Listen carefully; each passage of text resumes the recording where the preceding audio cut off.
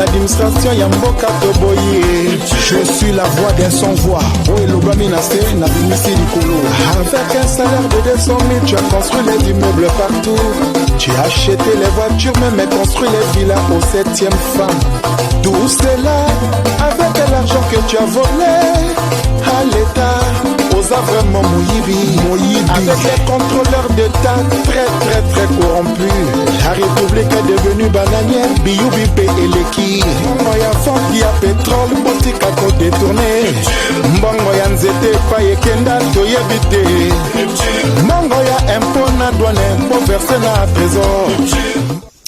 Mbote bandeko balandi émission mbongwana na tondisa mine esengo ya kozali susu liboso na bino mokolo ya lelo pona ko présenter bino émission oyo bolandaka na bokebi lobelaka bino mingi penza matali actualité politique pona mokolo ya lelo toyambi pona bino mwana mboka Pati Malanga oyo azali bongo communicateur ya parti Puna elongo na yende tokolobela mingi penza likambo oyo etali réserve stratégique générale. To boka non moi miso côté wana po uta et comment structure moko na kati ya présidence bandeko wana bazolela mingi hors réserve stratégique générale ezali moko ya ba structure oyo komema mingi penza na développement ekolo Congo démocratique eza na apport mingi apport penza ya makasi pona makambo etali développement non seulement na makambo etali bilanga na makambo etali infrastructure na makambo etali commerce donc partout yango ezali wana pona komema kopesa apport na bango na tina ete soki mwa bese koti esika moko bango bayaka wana lokola mwa soutien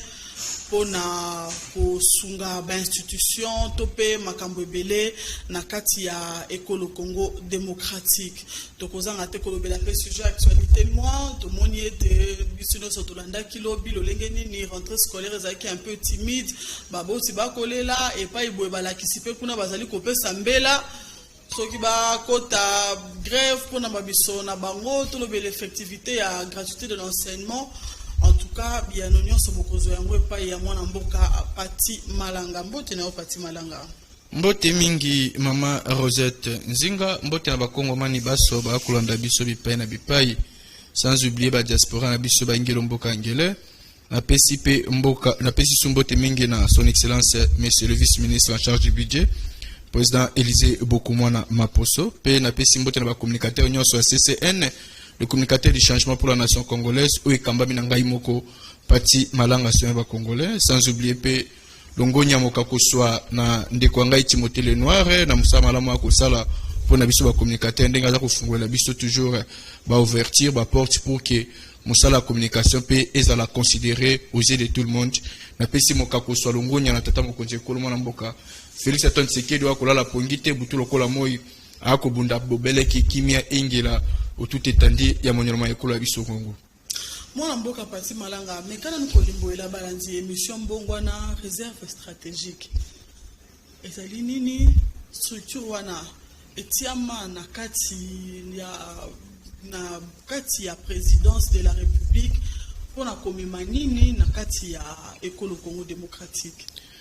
Merci Mama Rosette Nzinga na mutuna moyo malamu ya kitoko pe ya esengo na likambo itali réserve stratégique générale.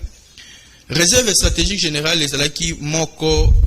ya organe oyo ezalaki d'abord ko évoluer pe ko œuvrer à l'époque ya Kondo Mzee Laurent Désiré Kabila ezalaki na sous forme ya service national. Mais baibaki na ko rendre vraiment effectif te na ndenge elongo bani. Tango toyeko koma na boye ya mwana mboka Félix Antoine Tshisekedi na ngwende ya pouvoir ya Congo. Ayaki kozwa réserve stratégique a komisi yango lokola entreprise publique. A komisa ki on a dénomination entreprise publique et baki na ko fonctionner na lolenge entreprise publique. Tangu baeko kende na ba réforme baki na ko salema ke ba entreprise publique comme ba entreprise commerciale. Il y avait que les seules entreprises où etikalaki lokola entreprise publique avec la réserve stratégique générale. Mais à cette époque-là, il y a des namakokite à quoi banakotambusa yango na ndenge elongo bani. Mais naboye ya mwana mboka Félix Antoine Tshisekedi kolandisa mana ordonnance numéro 20/062 ya 1er juillet 2020 portant création, organisation et fonctionnement d'un service spécialisé au sein du cabinet du chef de l'État oyo babengi on a combo ya réserve stratégique générale. Le 1er juillet 2020 nde mukolo oyo mwana mboka Félix Antoine Tshisekedi ayebaki na kolatisa réserve stratégique nzoto.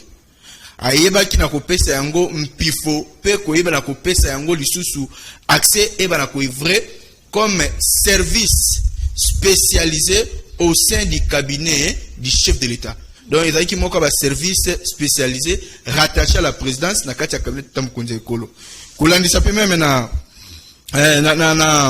kulandisa na décret numéro 20/016 du 20 mai 2020 o yaki ko kende na kopesa dissolution ya entreprise publique babenga ki réserve stratégique au lelo et ko koma moko ba service spécialisé rattaché à la présidence de la République. Boye ya réserve stratégique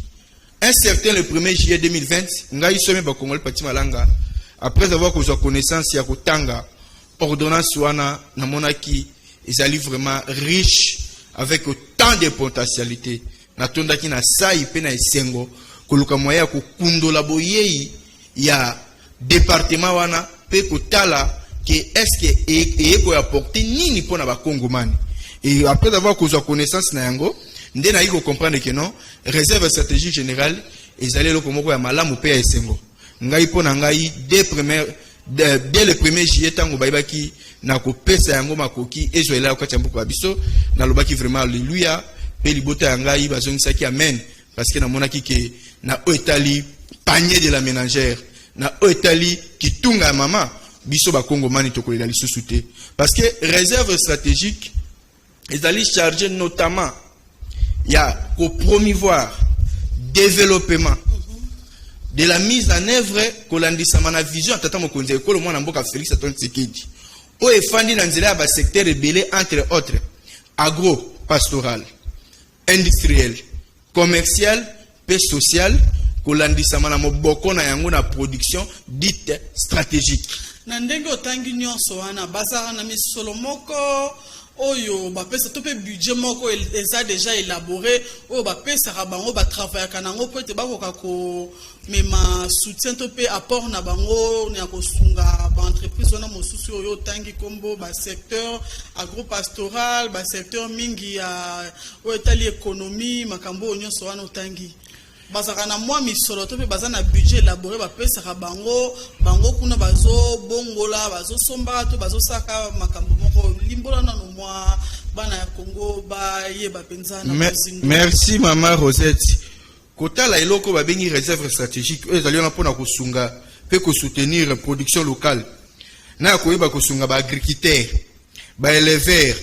pe na ba importateur nyoso ya ba denrée à première nécessité. Ils allaient loko efeza na budget na yango oyo koyeba na ko faire fonctionner yango na ndenge ya molongo budget na yango na budget na bango pesa bango ezaka ndenge nini chaque mois après 6 mois après 3 mois to lo lengeni toza baza vraiment na ba regret makasi parce que bazaka na budget na bango oh l'état congolais ayebi yango ezali programmé pour na bango budget ya 49 millions de dollars oyo portaka fonctionnement ya réserve stratégique générale mais le mal année depuis réserve stratégique aux ali moko ya ba service spécialisé rattaché à la présidence de la République et côté en vigueur kino moi lelo batikala kozwa mosolo ya bango te pour na fonctionnement ya bango batikala kozwa ni 10 francs ni 1 rond na budget aux ali qui voté en 2021 batikala ki ko proclamer réserve stratégique te to éviter ndenge toza ko lela butulo ko moi ki na budget 2022 ba na ko proclamer pe réserve stratégique générale parce que yango nde mutu ezali moboko o ekoya pour na koyeba na ko lutter contre ba hausse des prix exagérée pe koyeba na koya ko sunga o etali même production locale afin que ba na ko kinde liboso parce que réserve stratégique azali wana uniquement pour na koyeba na ko sala ba stock ya biloko ko bomba yango au cas de crise o biso na lingala biso makanja benga kangelele au cas de pénurie au cas de calamité naturelle catastrophique tala moment au mon importance ya réserve stratégique yango wana azali wana pona koyeba na ko promouvoir production agro pastoral industriel na nzela ya production ya ba produits de première nécessité parce que eloko bongo manque ya mosolo manque ya financement moyen à œuvrer à fonctionner ezalité manque ya mosolo mboka pati malanga ozongela maluba tango lobi manque ya mosolo manque ya financement moyen asala mosolo nezate siko basala ka mosala ndenge nini bato basala ka wana bafuta maka basala ka ndenge nini po budget ezate mosolo ezate moyen basunga dans la mesure du possible ba secteur esengeli bango ba pesa maboko ezalité basala siko mosala ndenge nini. Merci beaucoup, maman Nangai Rosette na mutuna malamu. Manque ya financement, le kola mutu adali ko coordonner ango, madame la coordonnatrice, madame Dadi Bidiaf, c'est lui qui est le coordonnateur général ya réserve stratégique. Yé mutu adali ko coordonner ango. État que mutu mayele, état que combattant aussi les premières heures. Oh adali parmi ba pilio ba bundela mboka o uta de vivant kondo tensekedi wa mulumba pe ya sonam. Atalaki ki lukola baza ko financer ngai te mais ba pesi ngai département munene na koyi ko kanga maboko te na bunda na lukata ba partenaire nzela ba partenaire ndeko pesa ngai moyen na ye bata kozwaka quelque chose ko permettre biso to yeba na ko fonctionner na yango to yeba ata ko luka moyen ko futa ta ba travailler nde abundaki azu quelques partenaires en mboka na biso lokola cerca église kimbangiste na ferme vegage. Na niveau à Libanda en Boka Bisope, à dans la deux partenaires na minene, lokola ba chinois na ba égyptien. Grâce à ba chinois, nde aibaki na kosala, ba ebi na kosala création ya centre spermatal pluvial na niveau ya Sélé. Centre wana ezali uniquement pour la recherche ba semences. Grâce à ba égyptien, nde et permettre na bango ba eba na kosala nini? Koyeba na koleka na nzela ya nini? Ya production. Na ferme o ba basala ki ferme ya production wana ferme agricole o ba égyptien ba ebaki na kosala nde ebi na kosala ki ba na reproduire ba farine de maïs ba farine de manioc ba patate douce nde grâce ya partenariat wana et permettre na bango ba kosala nini ba na koteka biloko lokola ba haricot ba loso ba farine de maïs ba farine de manioc ba poisson frais ba poisson salé biloko wana o ba baza koteka point de vente ezali juste na marché ya liberté bisika o ba koteka biloko wana prix assez na prix moko longo bani mais eza ko permettre na bango te vraiment basala musala ndenge esengeli parce que baza ko kutala ba difficulté musala na bango eza lolenge à peu près ndenge mona service national mais tout justement d'abord na webisa yo que à l'époque il y a mwana mboka maréchal Mobutu pe à son âme aibaki na ko pesa mpifo na existence ya eloko oyo to bengi à l'époque économie du peuple. Je m'espère bien que ebi yango économie du peuple na ko exister à temps ya époque ya kondo maréchal Mobutu. Tina na yango ezala kinini? Tina ngo za pona ba opérateur économique verré, ba opérateur économique ya mitema likundu bidongolo miso o baninga kusunga l'état congolais te. Ba yeba ko garder ba limite ya ba prix de vente ya ba produits importés. Oyo bango bazali ko sani, bazali ko teka. Pour que eba la cause la ba primo ko exagéré té mais lelo oyo tout ça ko mona biloko wana eza ko zo molongo té parce que nini biloko wana nyoso tu ba ibaki na ko boma yango soki lelo oyo réserve stratégique générale ba pesi yango makoki ba pesi yango mosolo ya bango e elongo bani ba ko eba la cause na mezi ya ko somba ba matériel parce que ba dans la matériel te ba somba matériel ko ba tracteur ba grand car ba ko tonga ba chambre froide ba ko somba ba bateau oyo ko permettre na bango pe basala nini ba kota sur terrain pour na kosala musala pe basuki wana te bazala ba yeba pe ko collaborer na ba service ebile entre autres gouvernement entre autres ba service rattaché à la présidence de la République entre autres ba institutions entre autres ba ONG ba association ba organisme ba partenaire na ba personne physique o ba coopérer na banzela d'une manière locale même internationale. Ce qui est au niveau de l'institution, on va collaborer avec le ministère de l'Agriculture, Développement rural, mines, énergie, hydrocarbures, pêche et élevage, y compris l'économie. On va collaborer avec le ministère, mais on va attendre toujours la main forte pour que permettre de faire la moussala. Mboka oyo ezangi réserve stratégique, ezalo la libota oyo ezangi provision. Maman, to papa na kati onda kwa yo so na provision te. Tango bimi koluka soko zo atama différenté pozo nganda ko e komelo kokoso mais ce qui provision zali na ozwa te loka malonga te okoyeba ke na ndako kuna bana bakolia mboka ya biso eloko eza koboma yango parce que eza na nini na provision te réserve stratégique eza coexister te États-Unis d'Amérique so abetaka toloke ngai ata lelo peuple ya ngai baza koproduire te mboka nga toza koproduire te mais yebaki tokolesa peuple ya biso même à peu près plus de 50 ans balobaka yango mpona sentiment te balobaka yango parce que baza na réserve stratégique ya bango fanda boni biso pe soki tozalaki na réserve stratégique ya biso mama Rosette nzinga na biso soki tonga toza na problème te kolanisa na situation tokokomela biso banda makambo ya covid banda situation za kolekela biso entre Ukraine na Russie oyo esalaki lelo oyo blé comme rare farine mona na te so mboka ya biso makamba carburant bomone carburant komeli biso kokoso makamba kérosène bomone komeli biso kokoso ba vol monsieur komi koboya kwa teri awa makamba carburant ekomi ke tala ndenge mituketa nami molongo na ba station mais ce qui réserve stratégique azalaki ya zala pona ko sala ba stock ko bomba na sima bobombi waye ateka biloko ayi na détail ateka on a plus de groté pe na prix assez à côté on a disposition ba particulier azala na pe les pour na soutenir même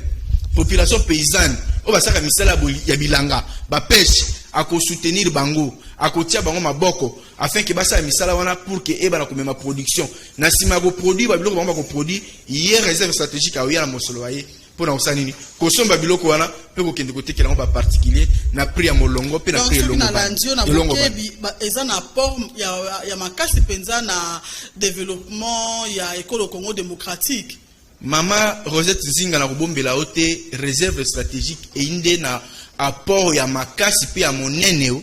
na nzela ya panier de la ménagère na nzela ya kitunga ya mama lelo oyo soki l'état congolaise lelo oyo ndenge toza kolela butuloko la moi soki tata mokonzi ekolo mwana mboka Félix Antoine Tshisekedi a s'impliquer moko personnellement ya kondima ete ba débloquer mon solo pour que réserve stratégique générale ait fonctionné comme il se doit comme il faut na koyebisa OK même mandat a kotika la komitungisa matena o Italie kitunga ya mama parce que réserve stratégique yangonde moboko yangonde ko sala ke non panier de la ménagère yangonde mte ko sala ke non ba production locale e bana kozana molongo ba agriculteur ba éleveur ba onyo ba sala ka misalo nzela maboko ba ko e bana kozala soutenir par réserve stratégique à kotia ba moyen voyager pour que production soit makasi tant le dans un problème sérieux a utaki ko sala commande ya biloko à provenance ya Afrique du Sud à peu près 10 conteneurs ya semoule o ekangami wapi ekangami na matadi moyen ya ko dédouaner ngo ezate parce que financement mon solo été est-ce que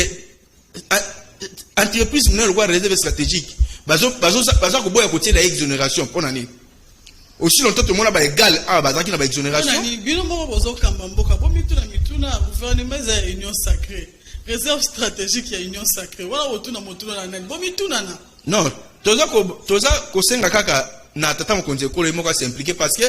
tata mokonzi ekolo tient ndima ki existence ya réserve stratégique existait après ça on pifoqué et là tant d'autres ce n'est pas pour rien et bon là on dit les empêcher bazo biso na bango budget na bango comme il faut comme il se doit et là on dit les empêcher tout ça la politique yango eza na kati ya présidence moto azokamba bato bazokamba mboko eza gouvernement union sacrée et là on dit nango ko empêcher et loko eza pona apport ya kosunga mboka eza na avantage ya union sacrée eza na avantage ya tata mokonzi ekolo eza na avantage ya bana Congo et loko on dit ko empêcher bazo budget na bango comme il faut basa musana na bango talo lengo zolo ba conteneur ya semoule et kangami na port à matadi basa incapable ya ko dédouaner yango qu'est-ce qui empêche bino moko bozo mixer na gouvernement boko biloko la ba loba juger parti yo moko oza tata na ndako yo moko pozaka mobomi bana na yo bon ce que moni mutuna wa eloko lobi est très capital na zu en considération mais na koloba boye tata mokonzi ekolo ayi tata bana nyonso tu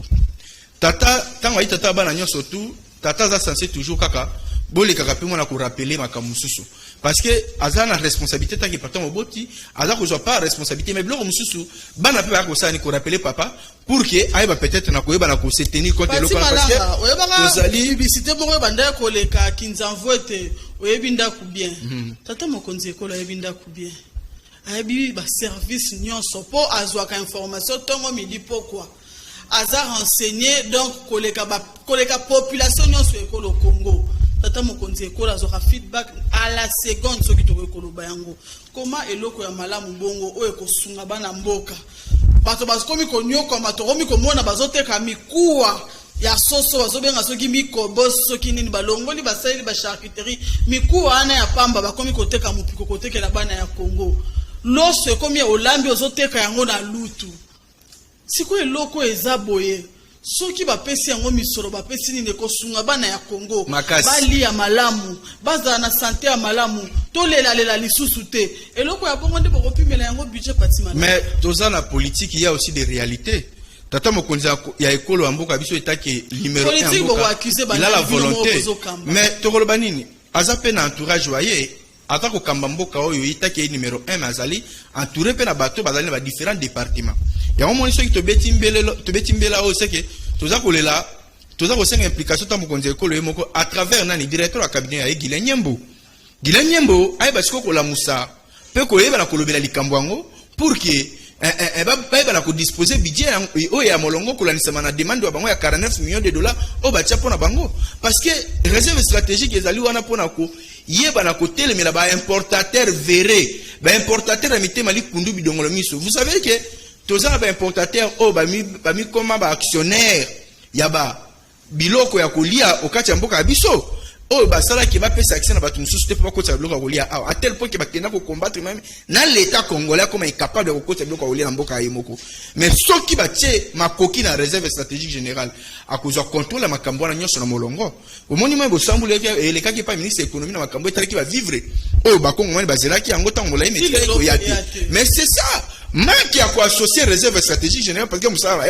et ande musala wa ye ezande musala wa ye ata ba projet ba 145 territoires oyo soki ke balingi rester malam il faut ba associer réserve stratégique parce que réserve stratégique azana ba antenne na ba province nyonso mais manque ya financement moye ba mona fouina retomber ya misala ya réserve stratégique ezate parce que réserve stratégique kolanisa na bowe na musala wa ye soki ba tielie mosolo ndenge longo bani akoyeba okena deux départements oyo département ya production na ya ramassage. Production, cela veut dire que comme on produit à grande échelle, eux que ça que Congo man azangelo kwa kuliate. Ramassage, cela veut dire que tant on a dans mon solo waye, akoyeba na kosala achat et pas ya banani et pas ya population paysanne. O ba kosala musala bilanga, ya élevage tout comme ça, abana kokende ko soutenir bango na misala bango pour que et permettre ne aya ka kosomba epana bango. Akoma kote ki la ba particulier na pri ya molongo elongo bani. O ke Congo man otikala kulela na yango te. Pe na ba province baso e kozala ka lolenge moko. Il y a un certain, le 4 novembre, il y a 2020, pour la situation de la Covid, il y a un mal à l'aise. Il y a un effort, il y a la vente, il y a des produits, il y a des denrées alimentaires à niveau africain. Oh, bah, on a pris mon il y a molongo, pour la repère, ça toujours accès à Bakino Basson, Babiloko, Yakolia, n'a pris le longo banimé, n'a simana yango. Continuité dans nos acquis parce que nini manque il y a financement ceux qui va disposer les moyens nécessaires maman ngai Rosette na koyebisa OK okobenga su pati malanga na njela plateau no pona koloba keno makambo yebisa ki ngai tala siko na moni ba retomber na ngosiko na lingi oya ko répondre biso ke nini oyo salike to mona ba retomber oyo cela veut dire que réserve stratégique ndenge na lobaki ke azai lokola libota oyo soki boyebi na kozangisela yango provision bana nda okulola bango kozana difficulté biso mboka na biso Congo to bongi to yeba na ko exister pour que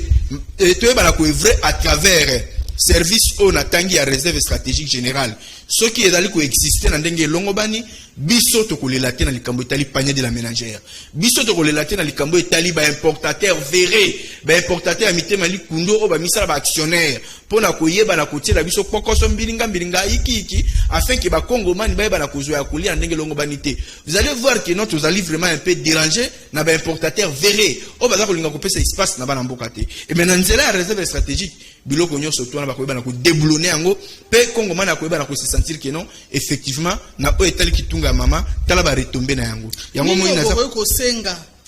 na bakonzi ministre ya budget tata mokonzi ekolo na molobo numéro 1 ya gouvernement mona mboka sama lukonde na lolengo expliquer makambo réserve stratégique awa misolo ezalite soki bapesi bango ba moyen ba kosunga mboka bele eloko nini bokosenga mbela nini bokotinde pa ya bakonzi po ete baye bakotia yango ezala penza pe œuvrer na ndenge esengeli na misolo o bakopesa yango basali mosala emonani pe na miso ya bana Congo. Merci beaucoup, Maman Nangai Rosette Nzinga. eloko na kosenga ya liboso implication personnelle tata mokonzi ekolo wana na kolelepa ya tata mokonzi ekolo ye moko s'impliquer pour na likambo ya réserve stratégique ya mibale na kosenga bayeba na kotiela bango exonération bazala na exonération ya misato na kosenga bayeba na kotiela bango crédit moko vraiment suffisant à la hauteur ya koyeba na ko répondre na 4 rubriques on a ko citer a sikoyo rémunération subvention intervention économique na investissement pe na kosenga lisusu bayeba na kopesa yango accès na etali comité de pilotage na cela veut dire que soutien pe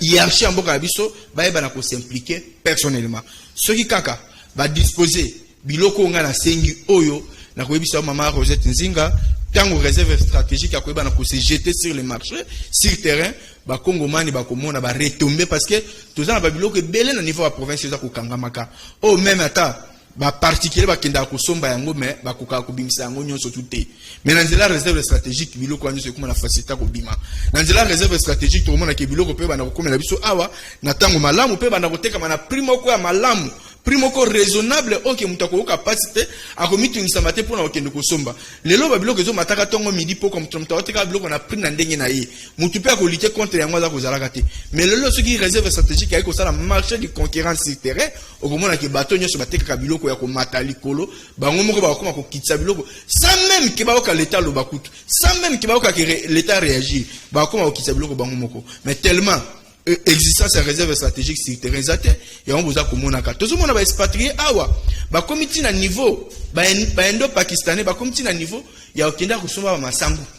na ba fufu na ba makala vous trouvez ça c'est normal biloko biso moko ba na mboka to ko somba bango ba komi ko somba ba okanga ba baliniere ya masangu na makala na nzela maluku kuna na se bango moko ba endi na ba libani ba kangi yango ba yena yango tina port na biso awa ya Strabaki na port na biso awa ya Selco pe ba tie prix au bango moko ba lingi bateka et vous trouvez ça normal et nyoso to les ko utani nyoso to na parce que manque accompagnement bino ba kambi ya mboka bino moko bozo diriger bino moko bozo sala nyoso makambo na sio boza na ba information ya bongo boko bisa yango na ba autorité compétente comme ça bana mboka bazonga na ba droit na bango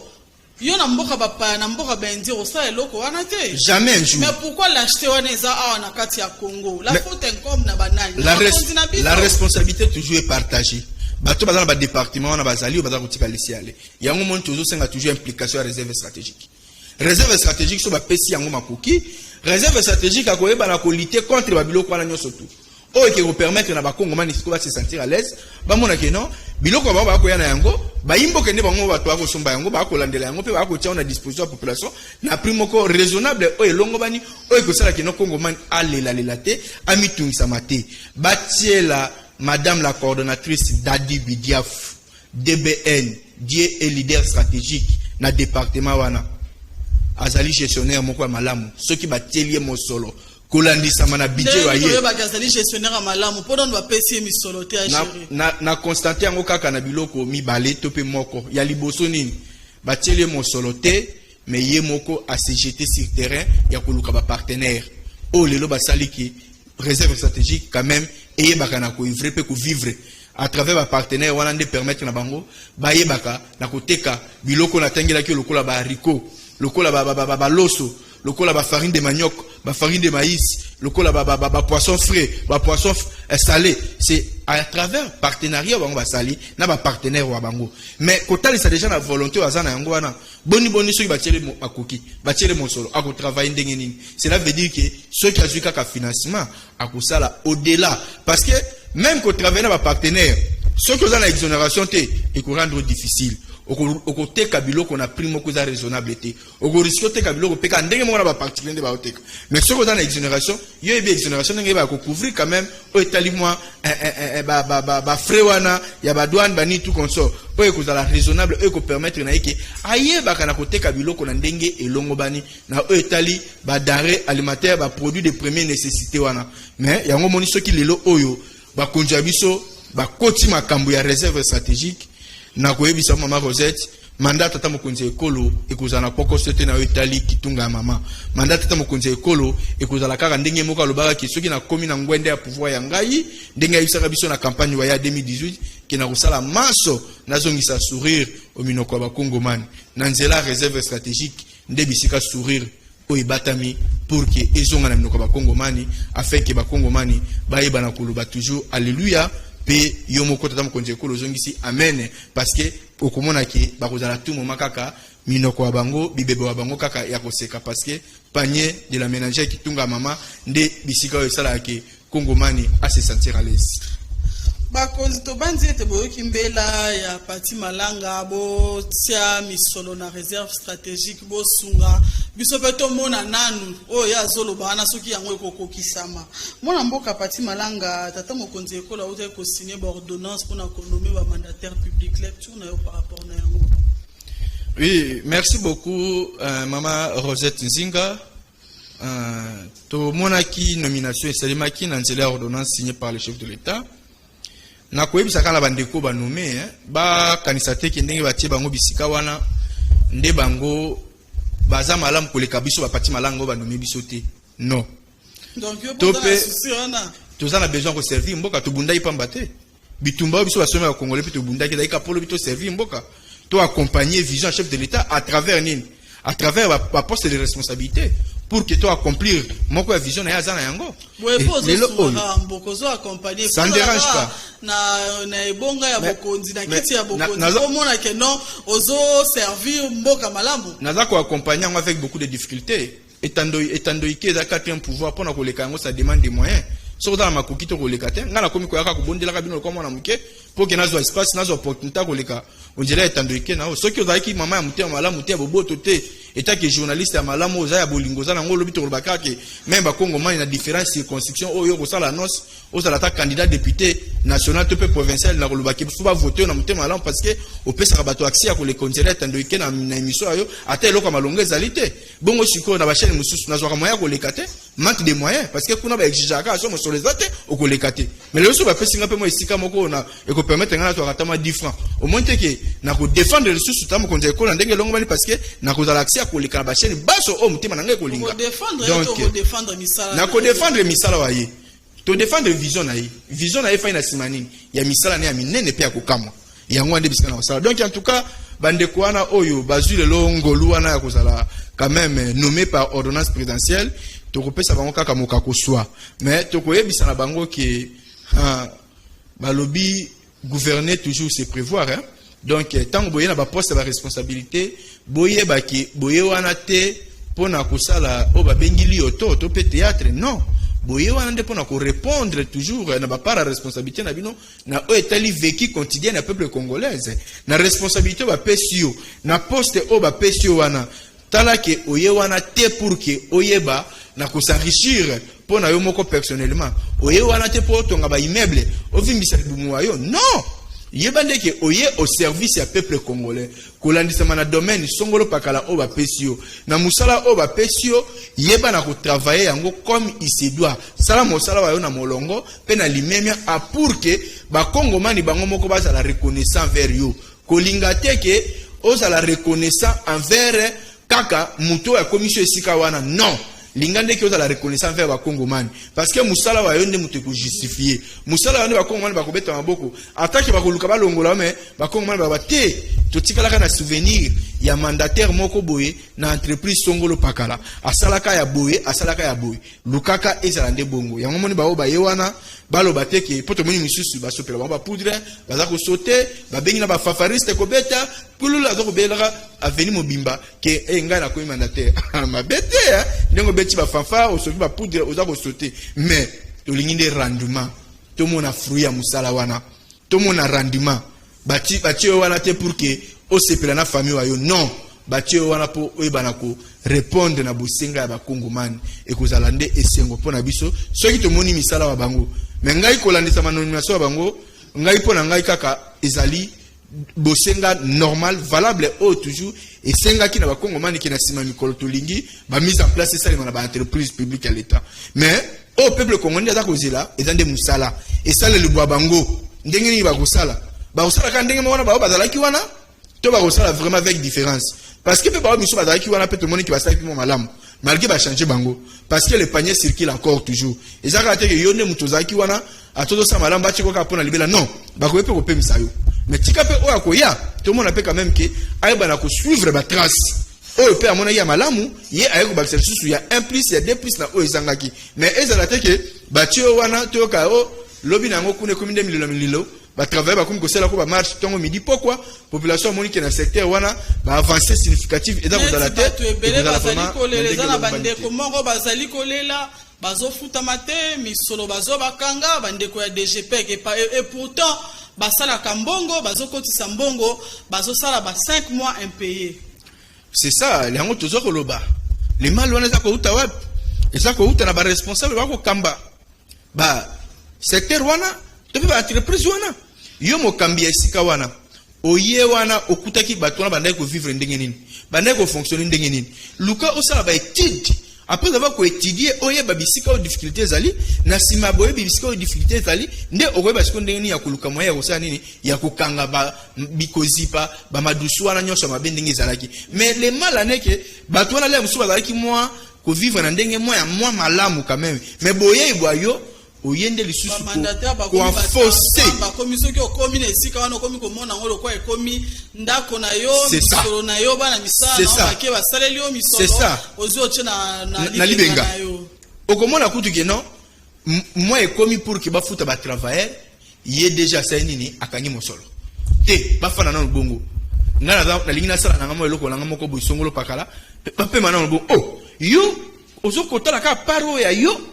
pare ba travailler o ba ko sala na kati ya société on a pour que société on a et produit ba résultat malamu da ko produit yo komi su ko mona bangote et siko wana ezala kanini biloko modèle wana ndango moni za ko sala ke o mona ba entreprise wana ba kotisa esprit à vol ki moyibi o mona ki non ba tunyo so te kuna so ki ukutana mo contentel le pas intel ko pesa na ngolo ko pamba ko pesa na parce que nini ba travailler ba ko futa mana ndenge longo banité mais ceux qui komi ko futa ba travailler malamu au moins ki kuna ba là-bas logique ezali hein yakaka na dossier na mais ceux qui oyena ndenge malamu au moins na pe musale ko sema ndenge longo bani so ko biki oyo tiano mbongo liboso kuna e ko simba na ngote c'est ça au moins que non mution ça za ko vivre na mo muke oyo za ko toucher comme revenu à salaire wa na lansa musala ko salaka mais ceux qui to kozala ba konja ba entreprise o ba yepo ba vimisa mabumu batonga ba immeuble azaka mwa ko lula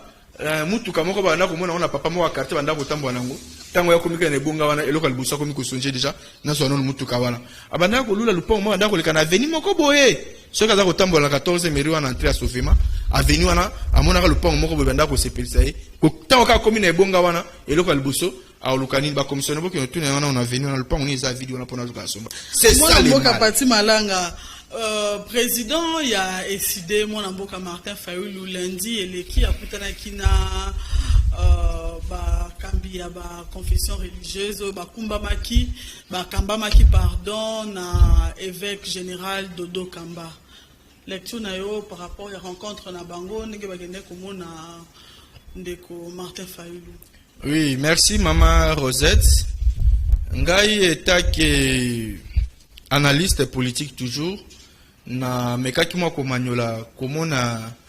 lisolo to pe rencontre ya banganga nzambe oyo bazalaki conduit par mosali wa nzambe ba bengi na komba Dodo Kamba oyo azali numéro 1 ya ba église de réveil au Kachamboka biso Congo kokuta na pena opposant o ba bengi na kombo ya Martin Fayulu Madidi na monaki na ngango normal parce que toza ko kene vers banger hein banger électoral maponami 2023 boy ba ki kozala ba nganga nzambe ba za pena paro bango ya responsabilité na o etali nzela maponami parce que bango nde batu babimisaka mokambi oyo akambaka moko ya département wana ba bengi na kombo ya CNI et donc lukola utaka bisika wa bango yepeta ko opposant ayebi ke non todo ke ne vers maponami to mekana no pe kosolana bango pour que bayeba parce que na bakati ya biyamba bango ba église wa bango nde esika population fandi nde esika batu ba fandi belé peut-être ko yeba pe ko pesa bango likaniswa ye ke non lukola to ke ne vers maponami na kolinga pe bola musa conscience ya bandimi wa bino pour que bayeba na kosangager na makambo etali enrôlement na identification eza ko se pointer d'ici décembre awa et en dehors de cela peut-être makambo susu ya ko bakisa ekoki kozanga te o pe bango pe banganga nzambe bakoyebisa na ye eta ko opposa pona mpona koluka toujours kimia ba kuingi okati mboka biso parce que biloko mususu pe oyo ekendaka malamu te kolandisama na climat o mboka ekokena yango tolingi tele mususu bamona ke non opposant moko akomi komema ba population na makambo elongo bani te na ndenge moko ya molongo te oyo ekoya komema ememela biso ba cas de mort tout conso bango pe reporter na bango makanisi liboso na ye etaki opposant pour ne pas ayeba na ko frustrer moral ya population kolandisama na banje électoral o izali ko se pointer l'un de ces 4 matins awa donc pour ngai raconter wana na moni vraiment moi kokoso wana te kolandisama na beaucoup tani bango parce que bango nyonso bazali bana mboka. Tokomi pratiquement la souka mot de pona liloba kokaba pona mokolo ya lelo rentrée scolaire ndenge salema kilobi tomoni ete zalaki un peu timide babo timingi bazole la misolo ezalite balengeli rentrée scolaire ya bana bango penzate pe tozo kakuna déjà ban syndical bakomi déjà koningisa pona kosenga misolo na bango na makambo bayokanaki pona o etali gratuité rapidement poto sukisa. Merci beaucoup, maman Angaï Rosette, dans le Cambo Italie rentrée scolaire. D'abord, na CPL parce que moi, n'amboka Tony Mamba a respecté un ballot calendrier na biso na o Italie bozongi abana a classe. Donc, ndenge zalaka comme à la coutume, vraiment, ils ont ici qu'on a molongo. Tout a eu comme on a moi bouleversement, perturbation à calendrier salimaki. Mais cette fois-ci quand même à respecter yango. Mais tu recevez la kaka base ou compromis entre ba bac syndical na l'état congolais na Italie mosolo bango parce que tu as vu déjà que ba siliko majoré même mosolo bango ba teli bango pe ba prime et sali biso esengo mais tu lingi quand même ba rentabilité wana ba mona yango vraiment sur le champ dans le sens que ba simba yango ba toucher yango ba palper yango pour que et permettre na bango ndenge bana bazongi classe awa ba ibana kopesa cours na limemia pe na kimia parce que biso to yebi que gratuité enseignement oyo ezali slogan te ce n'est pas aussi utopie et la réalité est contestable au état kenga moko para na vivre yango bana nga ba kotanga école ofele gratuit ba ba dans école primaire et ça nga déjà sengo et on peut qu'on ça ki na ba ko s'économiser na bomba kama muke na muke ko sunga ngai pour que na les carapaces dans les temps de ki ndenge longo bani donc nga la linka ka ki l'état ayeba na ko respecter ba engagement na ye liboso na ba enseignant liboso na ba oyo ba yeba kana ko pesa biso mayele pour que basa la pe musana ba on ndenge longo bani et ko sala esengo parce que ceux qui va meki moi ko frustrer bango afin que ba yeba na ko griver bana biso ndi ba ko sala victime et ko sala ki bana biso ba kende sur le qualité yango to lingi que l'état a s'impliquer na masolo wana pe na yebi ki ba ko zo compromis na ndenge longo bani afin que année OEP 2022 et que bana kosila en beauté afin que masse ko le kana ndenge longo bani. Merci beaucoup bandeko balandi to yambaki pona bino mona mboka Pati Malanga communicateur ya parti puna. Un grand merci de l'équipe technique, merci Nakupar Bola, Freddy Takidi, Maïka Mwaka, Guy Poutou, Patine Tsumbu, merci Nabino Nyonso, Bolandi Biso, à travers YouTube, Canal King Télévision, Bandeko la Diaspora, un grand merci Nabino. Émission Oyobozo Yango en rediffusion, Mokolo ya mercredi, Nabangonga à 11h30. Ngai Nabino Tokuta Namiko Lezali Koya, Botikala toujours branché, na Canal King Télévision, Télé Vérité. Je suis la voix d'un sans-voix. Oh, et l'Obaminaste, Nabimisi Nicolo. Avec un salaire de 200 000, tu as construit les immeubles partout. Tu as acheté les voitures, même construit les villas aux 7e femmes. Tout cela avec l'argent que tu as volé.